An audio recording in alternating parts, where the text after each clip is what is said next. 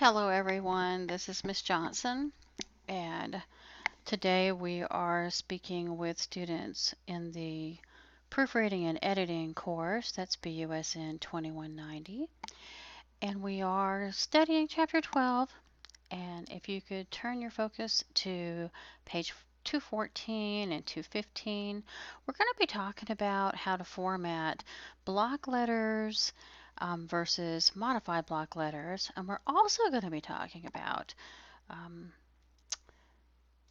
open punctuation versus mixed punctuation. Okay, so the first thing we want to do is make sure that our actual letter is formatted correctly. And I'm going to suggest that when you're working in Word, you would then click Layout, go over to Margins, and make sure that you're working in 1 inch around margins. By that I mean look over here at the normal and let me get back to it. I'm sorry. Normal would be top 1 inch, left 1 inch, bottom 1 inch, and right 1 inch. There are those that will tell you that a letter should have a 2 inch top margin, and you could change your margin parameters by clicking custom at the bottom and then just typing in 2 inches up here. Now, my only advice, cautionary advice, is that if you decide to use the 2 inch programmed by doing it manually here, 2 inch top margin, that 2 inch top margin, if your letter happens to run into 2 or more pages, each of those subsequent pages will also have this 2 inch top margin, unless you're skilled enough to go in and put section breaks, which I hopefully at some point you will be, but right now I'm thinking you may not be. So I do believe that you're safer just to stick with the 1 inch around, and if you need 2 inches on the first page, which you undoubtedly will, then you need to manually create that 2 inch space at the top of the first page, which is quite easily done. Okay, so let's set that. And what we're talking about, that 2 inches at the top, the second thing I do is that I turn on my Show Hide tool, which is located in the paragraph grouping on the ribbon. So the Show Hide tool will show you any kind of non-printing characters. By that I mean that there are non-printing characters that identify keyboard actions. This character is called a paragraph symbol, and it appears every time I hit the Enter key. I'm going to take those out. The tab symbol looks like an arrow, a forward arrow, and it occurs and shows on the page every time I hit the tab key. Every time I hit the space bar, you'll see a little dot that goes about halfway up a letter. You can see it's about halfway point. So this is what I mean by non-printing characters. These characters will appear on your screen if you have the Show Hide tool turned on, but they will not print on the paper, whether the tool is turned on or turned off. All right, so in order to create that 2-inch top space at the top of a page, you can hit your Enter key about 5 times. When I say 5 times, that's only if your paragraph settings are set for single and 0 before and after paragraphs. I would highly recommend that you also check this before you start typing a letter. Microsoft, each time they release a new version, also release a new default template for letters. And sometimes, well, just so you know, it's never single. Sometimes they choose something like multiple 1.08. Sometimes they choose multiple 1.15. It's just different each time they have a new release. I'm going to say single is the way to go. As you get more skilled using Word, you may wind up changing your default parameters to multiple something with something before or after your paragraphs. I don't advise it for people who are learning how to format letters, who are learning how to use Word. It's simply not wise. It can get you into a lot of trouble with regard to formatting. So 0 before, 0 after, single spacing. Obviously, no indents, left alignment. That makes for a good letter. About 5 returns on the page will provide about 2 inches of space at the top of the page. And you may ask yourself, why do we need 2 inches? Well, you want to have 2 inches in case you want to type in letterhead information at the top of the page, and there needs to be room for that. Conversely, if you work for a company that uses pre-printed letterhead, typically that's at the top of the page, and it takes somewhere between 1.5 and 2 inches of the top of the page.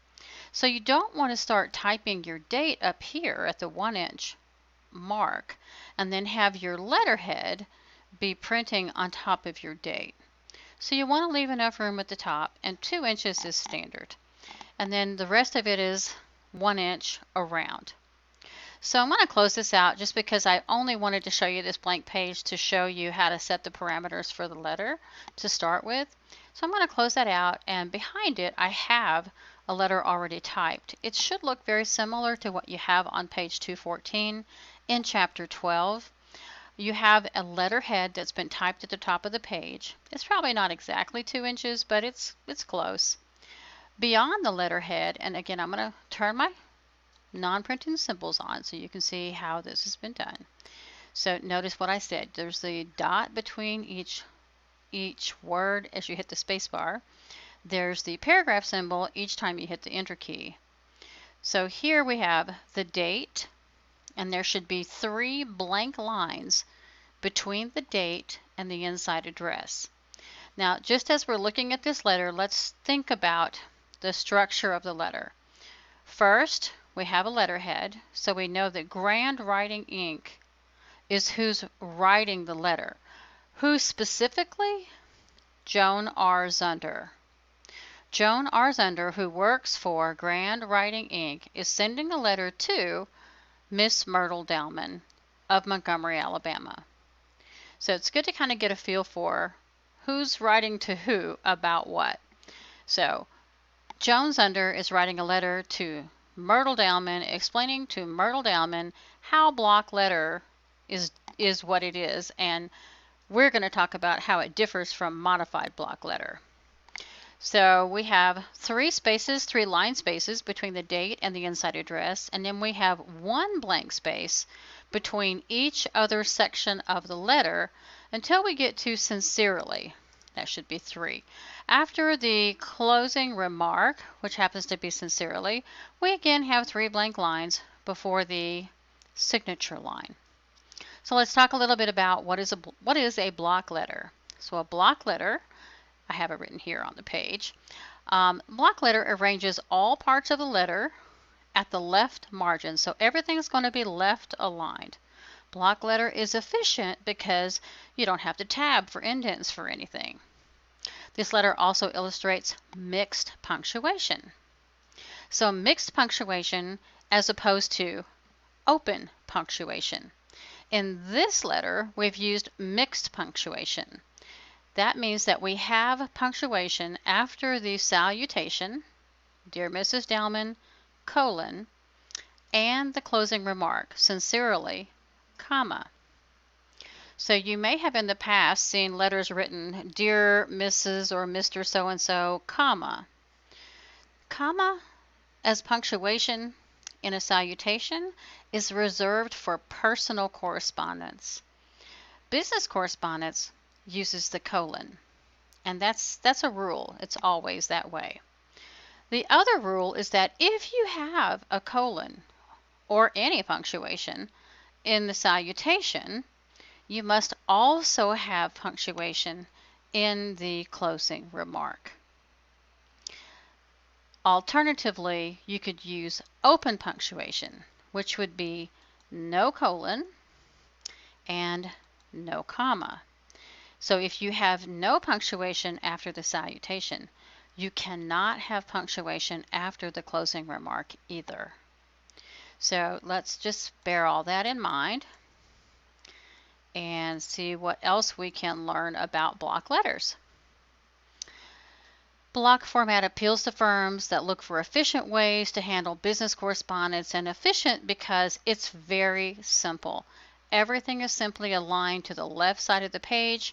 As long as you know the spacing, the line spacing, 3 lines after the date, 1 blank line between every other part of the letter, including the salutation and the paragraphs of the letter, and between the last paragraph of the letter and the closing remark. Beyond the closing remark, think of it this way. Just like the date, after the closing remark, we need 3 blank lines. This is supposed to leave room for someone to actually write or sign their name. Especially important for legal documents or contracts, but also just a formality, but a normal thing to do in business is to have the author, who in this case is Joan R. Zunder, write her name after the closing remark. Notice that underneath Joan's name, communication specialist is there. That is her title within the company. It could also be written this way. It's a personal preference as to whether it follows the name with a comma separating it, or it's in the line underneath. Again, that's a personal preference. It doesn't have to be one way or the other. Separating with 1 line space, and I use the Shift Enter to create that, but we could just use Enter keys, are the initials, my initials. My initials are here, and I'm going to turn off the non-printing characters for a moment. My initials are here because I typed the letter. In an effort to have complete transparency exist between all parties of business correspondence, because I've seen the letter, I typed the letter, and therefore I have seen it, the person who's receiving the letter, Miss Myrtle Dowman, has a right to know if the correspondence between Joan Zunder and herself, if there's any third party eyes on this correspondence. So because I typed the letter, for transparency reasons, my initials go at the bottom. And I'm not the author, so I wouldn't sign my name here. I wouldn't type my name here, but I would indicate my initials so that everybody involved understands that there's a third person who has seen this letter. And in the business world, we all know that those 3 initials, or 2 initials if there's only 2 used, mean that someone else typed the letter. So that's just a given. All right, so let's talk about the difference between the block letter and the modified block letter. So a modified block letter has an indented date line and information beyond the closing remark. So the closing remark, the signature, the title, and the initials would all be indented to the exact same point that the date was. So in this case, we're going to use 3.25 as the indentation point. So you only want to create a tab indent on the line that you want impacted. So we could, if you wanted to, we could highlight the whole letter and then create a tab here. And that means that on any one of these lines that you went to the beginning of it and clicked the tab key, it would move that line over to this point. So there's nothing wrong with that, except you might have different parts of the letter indented for different reasons. And so maybe the best thing to do is just to click the line you want impacted. And we've already done that. You can see that if I click on Miss Myrtle Dowman or 874 South Avenue, there's no tab on the ruler. But if I click on the date line, there is. And it's because I went to this ruler. I'll show you how I did it. I'm going to clear all. Notice that there's no tab here now. I click on this line. I carefully take my mouse and I put it on 3.25. That is the indentation point. And then a tab is set for this line. If I go to the left of the M and click the tab key, it automatically moves over to the 3.25 mark. Notice that it's a left tab. That's indicated over here. There's several types. There's a center tab. There's a right tab. This is a couple of other items in there, but I'm really talking about tabs right now. So left tab, center tab, right tab. We have the left tab indicated here. So in this case, because all of these are going to be impacted by that same tab, I'm going to set the tab here again at a 3.25 mark, and I'm going to move each of the lines over. And you have to move them over by clicking to the left of the beginning of the line. So now, and I'm going to take away the punctuation after the salutation and the closing remark. And I'm going to do a print preview so you can see what the letter looks like. Now note that it's no longer a block style letter. Now it's a modified block letter, and we have the date indented as well as the closing remark, the signature information, and the initials. Notice also that we don't have any punctuation after the salutation or the closing remark. So we would call this a modified block letter because we have these indentation points with open punctuation, meaning there is no punctuation after the salutation or the closing remark.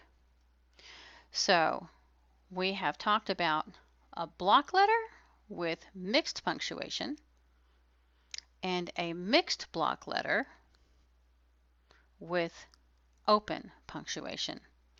And that concludes our conversation. Please refer to page 214 and 215 in your textbook to get a review of what we've talked about in this conversation. Thank you so much. Have a great afternoon. Bye-bye.